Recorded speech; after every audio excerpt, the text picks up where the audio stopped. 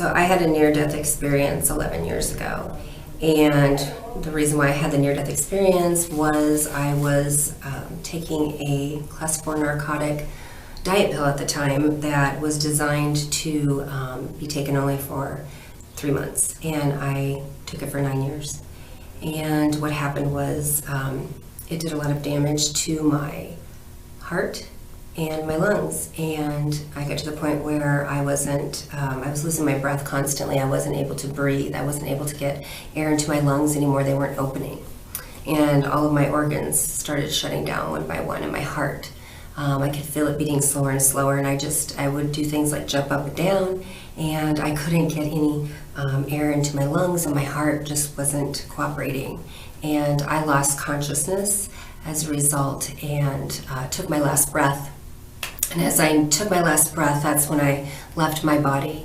And I remember as I'm leaving my physical body, floating up to the ceiling and glancing down one more time at the paramedics that were coming to help me, and knowing that that was me, and yet I was up above at the same time with the real me, the spiritual soul, watching all of these events unfold. And I let go. And as soon as I chose to let go, that's when I was embraced by this incredible light in this tunnel that propelled me at an incredible force. It was so powerful and so magnificent, so loving. I've never ever felt this kind of love before, and it's really a challenge to put in words to describe the magnitude of the love and the embrace that I felt in this tunnel. And I effortlessly was propelled with force and got to the very top of the end of the tunnel where the light was, and in that very moment I was delivered into the hands of God. And God and I stood together, and God was on my right and heaven was behind us, and God and I stood together. And as we're looking out in front of us at the galaxy and all of the stars in front of us, I hear in my left ear, it was a vintage sounding projector, and it sounded like a movie was starting. And as soon as I heard the projector going in my left ear, I could see the stars that were just stars at one time all of a sudden lined up like a curtain, and the curtain opened slowly to the right, and I heard 3, 2, 1, and it was a life review of Erica McKenzie on the projector screen. So it was God and I in a big movie theater in the galaxy. And that's when my life review began. And literally for me, the life review was everything from that day that I was born up until that day that I had taken my last breath and I died. And in this life review, I was shown everything from things like losing a tooth, losing my first tooth, graduating from high school, any kind of awards that I had won in athletics or cheerleading, all of these things that were great accomplishments, and they were really happy times, but they were significant things that man deems as significant, if you will, accomplishments. And as I'm watching all of these events unfold in chronological order, I'm actually reliving the event in that very moment as if it had just happened the first time. As we're observing it, I'm living it. And we finally get to the end on the day that I died, and the movie screen turned off, and then all of a sudden in front of me I knew to look down, and it was this telepathic communication, and as I had the knowing I needed to look down, appear in front of me a pair of eyeglasses. And I've never worn glasses before, and God said to put them on, and I didn't know how I was going to put these glasses on, because you have to understand these glasses weren't normal pair of glasses that you would find here on Earth. These were the size of a vehicle, and I'm thinking to myself, how am I going to put these glasses on? I just don't even know.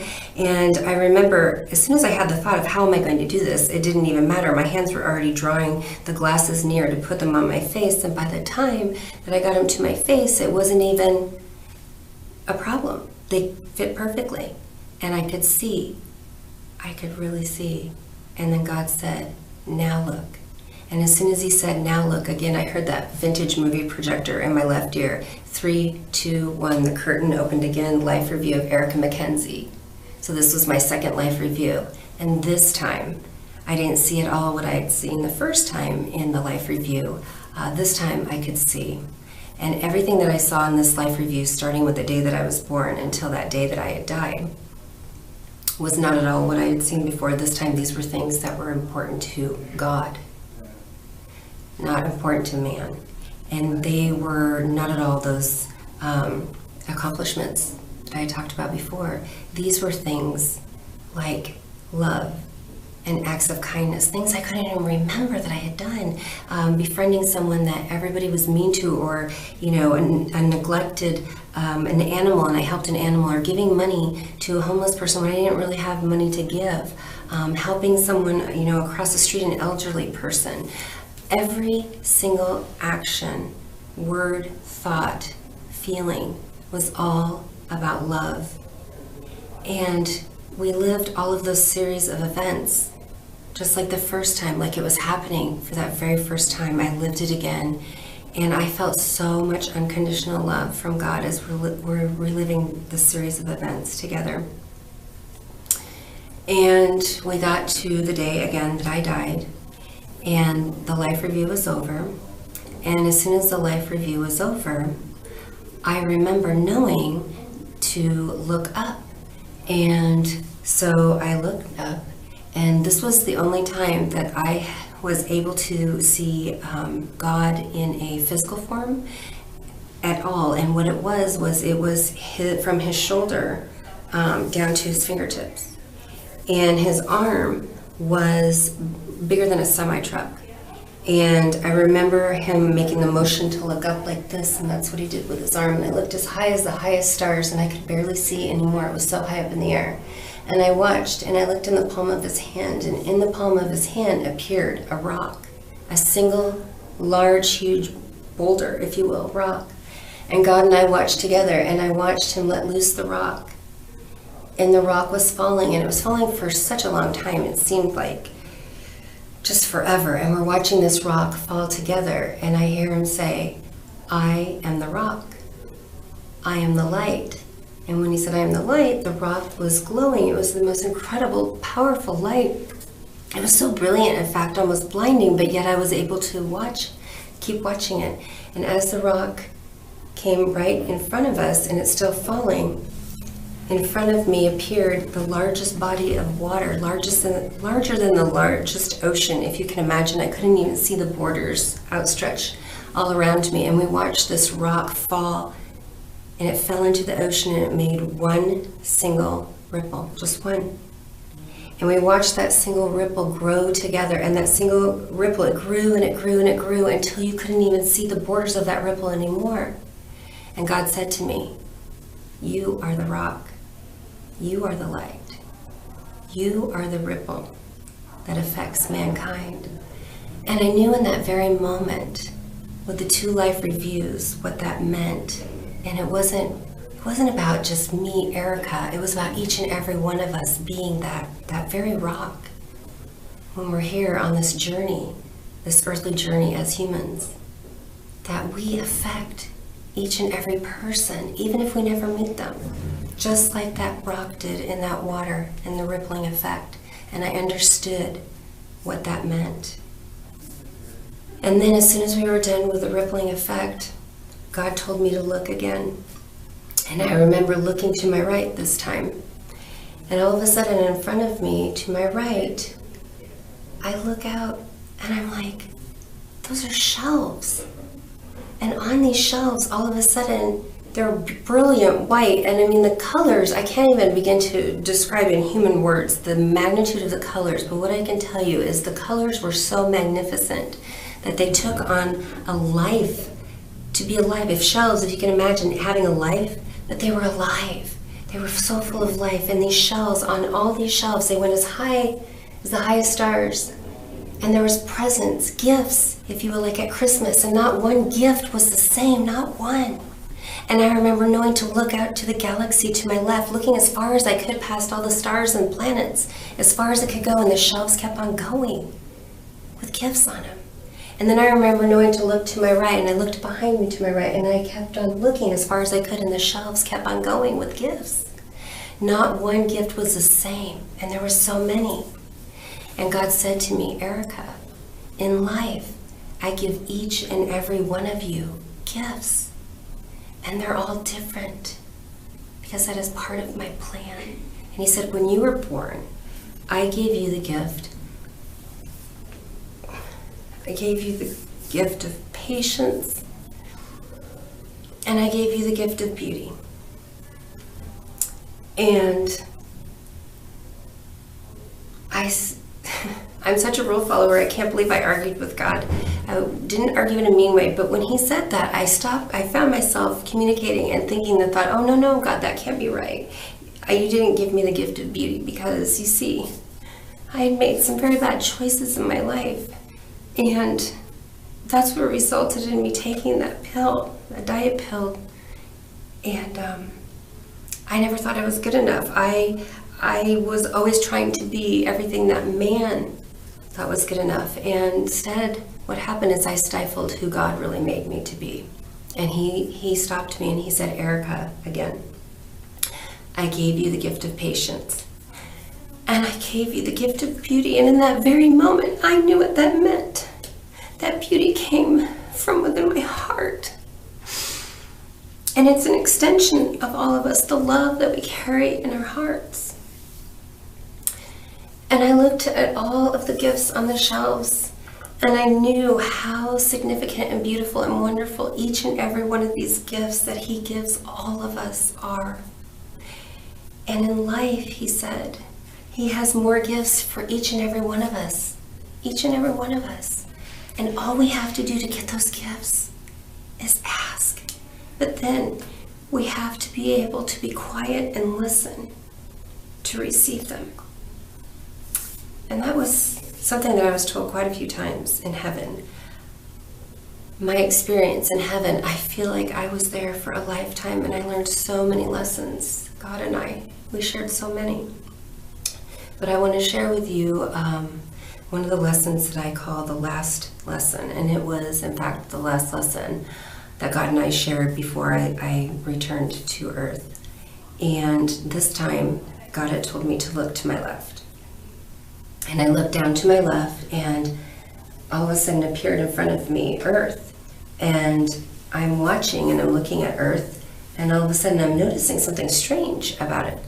And I pay attention, I look a little bit closer, and I see that the earth was engulfed in flames everywhere, all over the planet, flames.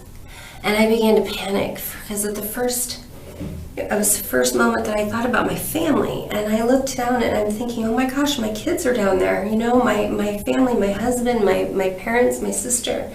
And I was panicking because there's these flames. And I looked at God and he was on my right. And all of a sudden I knew to look down in front of me again. And again appeared those glasses. Now the first time I had put the glasses on, I could see what I didn't see before. And already knowing that I'm seeing flames without glasses, I didn't want to put them on. I didn't want to see what I hadn't seen. I was afraid.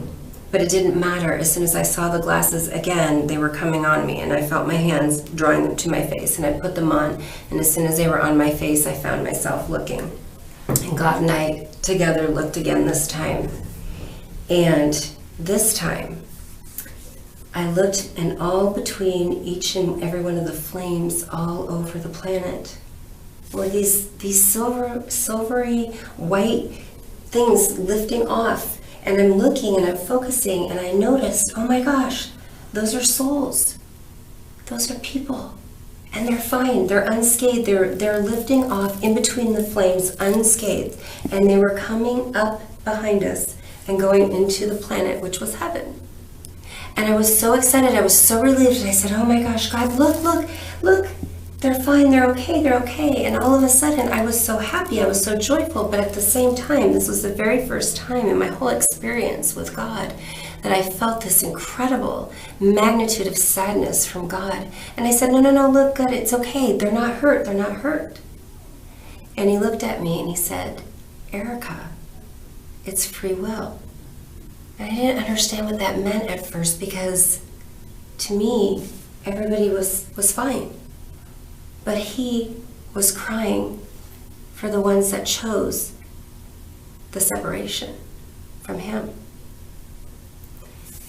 And I understood in that very moment how much God loves each and every one of us and wants that connection with each and every one of us. But he loves us so much that he lets us have that choice to have that connection. And then it was time for me to go. And I told God I didn't want to go. I couldn't imagine. I knew that I was home. And I had no desire to go back. Even though my family was there, I knew at the same time they would be fine. Everything would be okay. And God said, "Child, you're not staying. You work for me now, remember?" And he said, "Before you go, I want to give you 2 more gifts." He said, "I want you to take the gift of patience and beauty, and now I'm going to give you knowledge and wisdom. And I want you to be quiet and listen to the people that I put into your life. And then when you speak, you will change millions of people's lives." And there was no arguing. He sent me back with that. Out of my near-death experience, I learned that your uniqueness is your value. And your value, that's your contribution on this earthly journey. And it's the most empowering, beautiful, wonderful thing, because each and every one of us are unique. And all the power that you need, all the answers, all the gifts, they're within. And those gifts, once you can identify those gifts and you grow those gifts, those beautiful gifts that make up your uniqueness, and you use those gifts here on your earthly journey, that's your contribution. And then you take other people and their gifts, and we're all different. That's part of God's plan. And we come together with our different, beautiful, amazing gifts. And we work together with those different gifts. And together, that's when we'll do great things. And we'll change the world.